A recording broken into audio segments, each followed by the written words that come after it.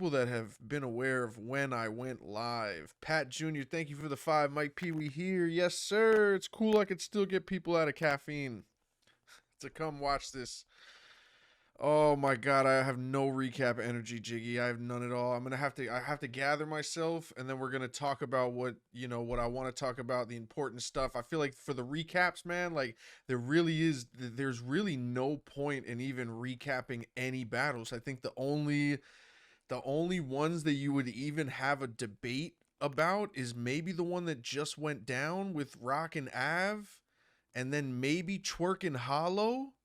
Like, other than that, the Summer Madness was looking like a night of 30 balls and very clear wins. First of all, I want to say I am 7 hours and 53 minutes into my live stream. We were streaming the event the whole time. We were doing like a live reaction stream, aka you guys were watching, caffeine on the TV, and then you had me on your phone, kind of just talking about the battles as they were going down and debating them. So I am 8 hours into streaming.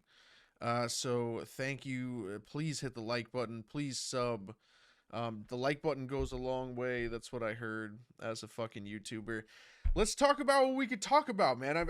I mean, dude. First of all, yeah. I mean, I feel like Av kind of It looked like Av kind of clearly took that. I've been really out of it. I've been really out of it since probably the second, like by the time we got to Twerk. By the time we got to Twerk versus Hollow, I was a really tired person. But I want to talk about the things that I found very important, and I think the first thing I want to talk about is what I give the rating. I want to rate. Yo, Eek, man, leave me alone, bro. I'm really fucked right now. I'm so tired, dude. Oh god, we've been streaming for the last 8 hours, man. All right, so I want to rate the card. I feel like I don't know if I want to give it like a number, but I feel like for the reasons that you would say it's not a good card, I feel like are the reasons why I'm saying that Summer Madness was a very good card.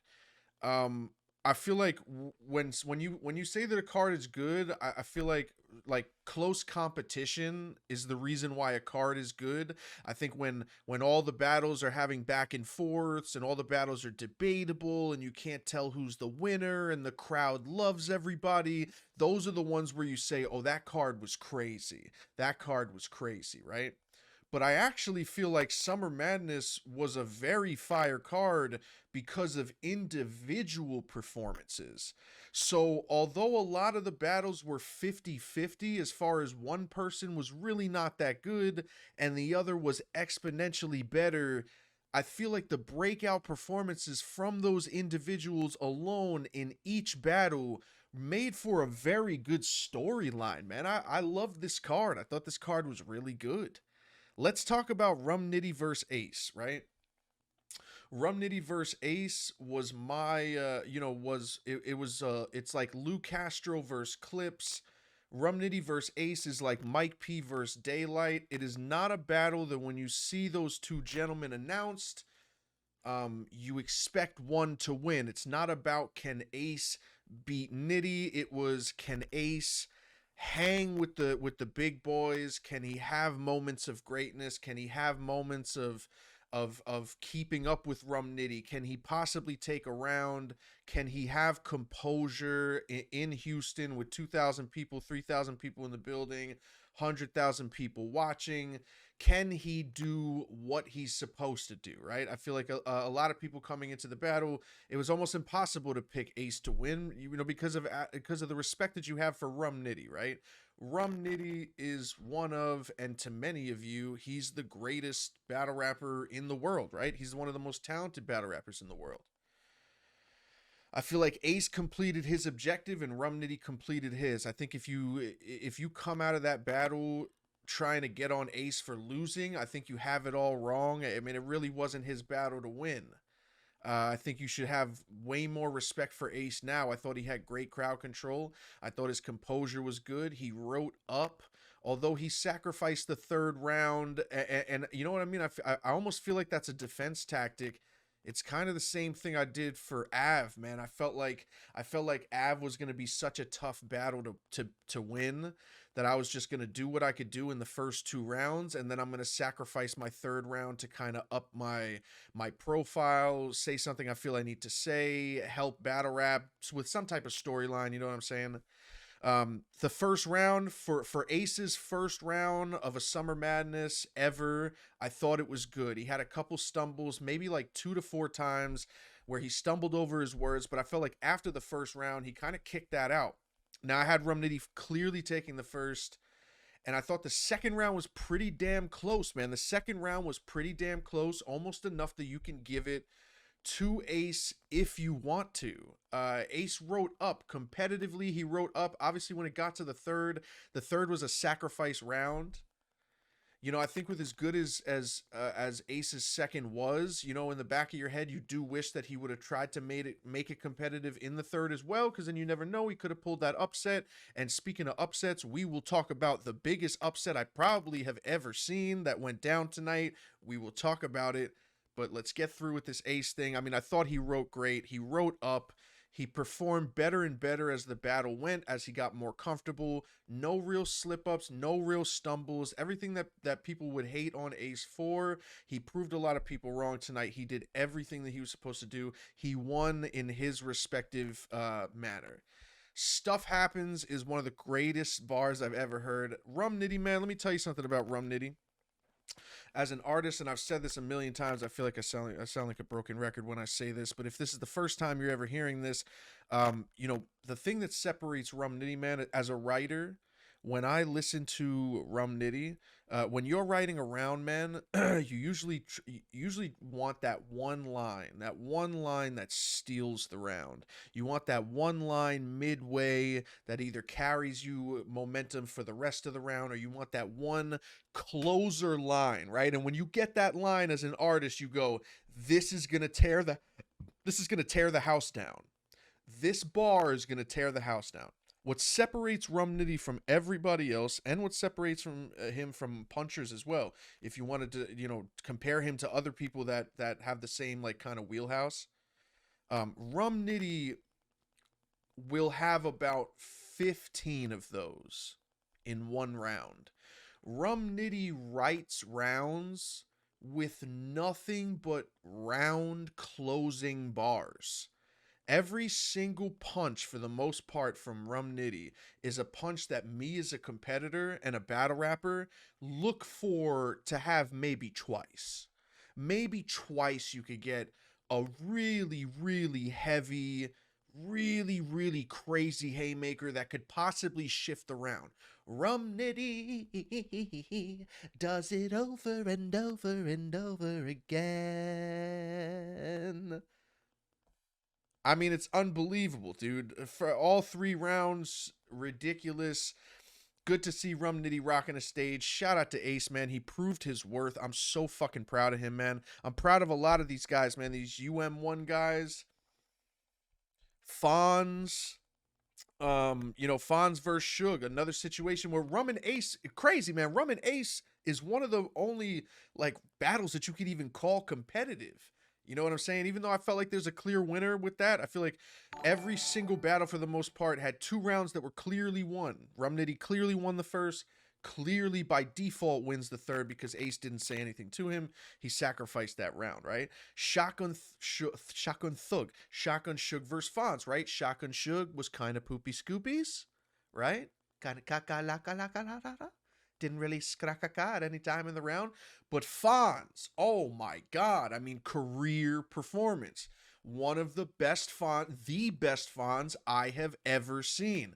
Supreme composure on a big stage, pacing himself properly, not getting himself out of breath, not overdoing the delivery of his punches. I mean, clean as a fucking whistle.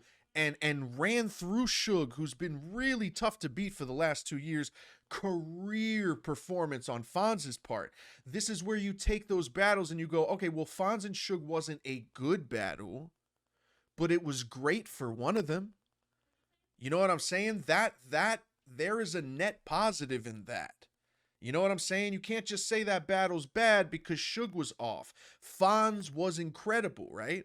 Can't say Ace and Rum Nitty was bad at all because they both were fire, right? Um, Jesus Christ, Jerry fucking West. Jerry fucking West. Yo, Jerry, yo. Yo, Jerry West said, yo, this is my first time in Summer Madness. I'm battling someone that is literally known for never getting 3-0'd in 15 years. Oh, this guy's about to call out Lux in the third round. Well, too bad I'm busy dumping on him. Jerry West straight dumpage. Dumping on DNA? Dumping A? Oh my God, dude. I mean, I had him on the podcast last week, and I've said this before.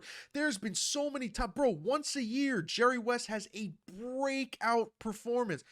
Break the fuck out performance. Break the walls down. I'm tired. Jerry has like one ridiculous performance. Everyone goes, holy shit, Jerry West. And then he goes, bye. And then he disappears. I saw M. Lang pulled out an injury report. Apparently, Jerry West tore his MCL last year or some shit. M. Lang, shout out to M. Lang. He's a private investigator or something. Did you hear that at the face-off? He was like, you had an injury in the year of 2022. It took a while. I was like, what? This motherfucker just pulled out an injury report in battle rap? But Jerry, the only injury he got is maybe a sore shoulder from the dumpage. I haven't seen DNA look like that in a long time. And honestly, I haven't seen DNA look like that since Rock. And then when that battle came out, a lot of people were like, yo, Rock was really gassed. You know what I'm saying? Like, that doesn't happen. DNA doesn't just straight up lose a battle like that. He doesn't just straight up get dumped on like that. But Jerry was dumping. Once again, a battle that you could say is not a good battle, but something incredible happened in that battle. And that's 3 battles that I think are diamonds, right? Like, you got Ace and Rum Nitty, great battle. Fonz and Suge, but Fonz, incredible. DNA and Jerry West, not a competitive battle, but Jerry West, incredible. It's looking like a pretty good card, right? John the Don and T-Top, my God, you had me in the first half. Man, when T-Top put out that thing about John, it seemed so serious. T-Top seemed so bothered by it and upset. And then they're both just like making fun of each other's baby moms, dapping it up. I said it on Twitter before. I think it's absolutely hilarious. Battle rap in a nutshell happened when T-Top and John smiled at each other, dapped each other up, said, oh yeah, you my dog, literally shook his hand, and then proceeded to call him a woman beater.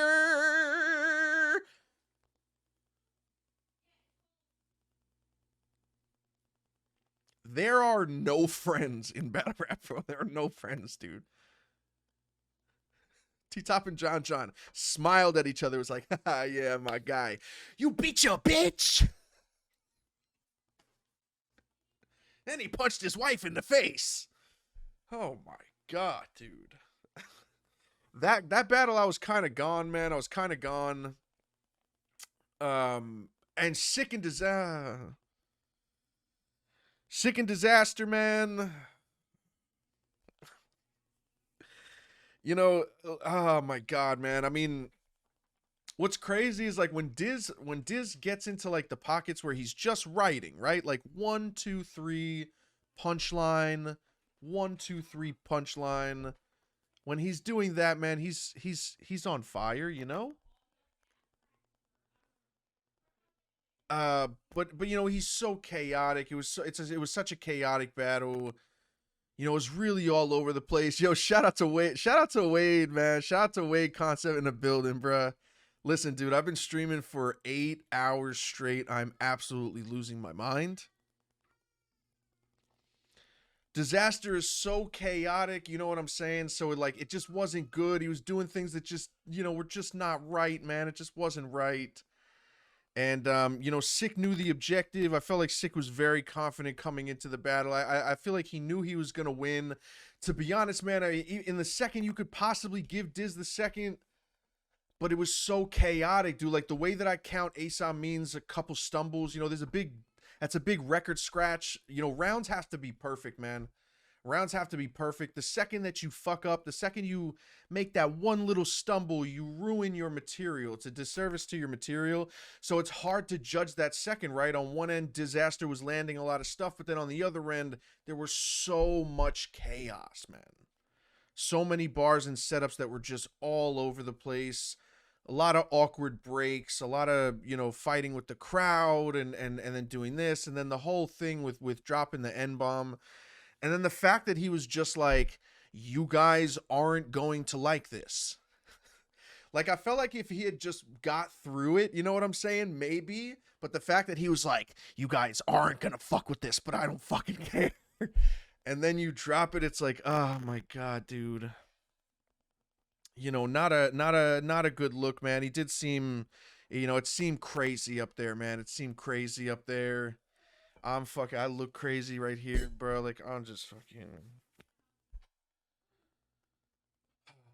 What other battles? Did I even talk about all the battles? Tay Rock and Av. Rock was like, yo, man, you ain't even joined the cave. And Av was like, cause when I flip it and flip it. Av seemed like he was winning. Was he up 2-0? Was he up 2-0 at that time? I think he was winning. Twerk looked like he was beating Hollow. The third round sounded crazy. Twerk is prepared at all fucking times, by the way. Is he not one of the best in the world when he's prepared? I feel like it's clear. Sick needs another good plate, you know what I'm saying? Like, shout out to him, man. Eat that plate, man. I need sleep, bro. Whatever.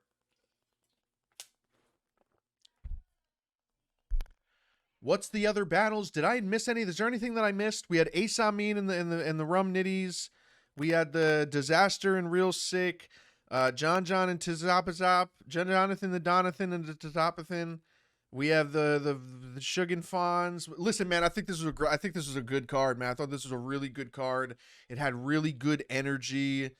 You know, I don't Diz for sure was a weird hiccup in the event, but I think it picked right up, dude. I think it picked right up. I mean, Fonz, once again, unbelievable performance on Fonz's part. Unbelievable performance from Nitty and Sick and Twerk. And fucking, you know, dude. Shout out to the Mike P reference. I'm surprised there was only one. We had two people that literally look exactly like me. I don't know how they didn't use me. I don't know how. Who you had on top? John and T-Top? Dude, by the time it got to John and T-Top, bro, I was just so out of it, man. And then there was just so many weird parts of it that I was just like, I don't know, man. It was just weird. Hollow went SoulCon and pulled out paperwork.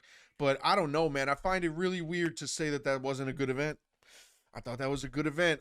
Was it like a Summer Madness? I don't think so, but I feel like at default, like I feel like that's never gonna, bro, you're never gonna get SM3 again. It's never gonna be an SM4 or 5 or 7. Like that, the way it was filmed and how it was, and the fact that it wasn't even pay-per-views back then, you're just never gonna get a feeling like that again. So like, did it feel like Summer Madness? I guess not, but it felt like a really good card. It felt like a really good card. It was good to watch. They got to it fast, right? They started the live at 4. They got to the battles by like 4:25, 4:30. I felt like the intermissions were good. I didn't hear anything because I would mute them the second I would hear them start talking.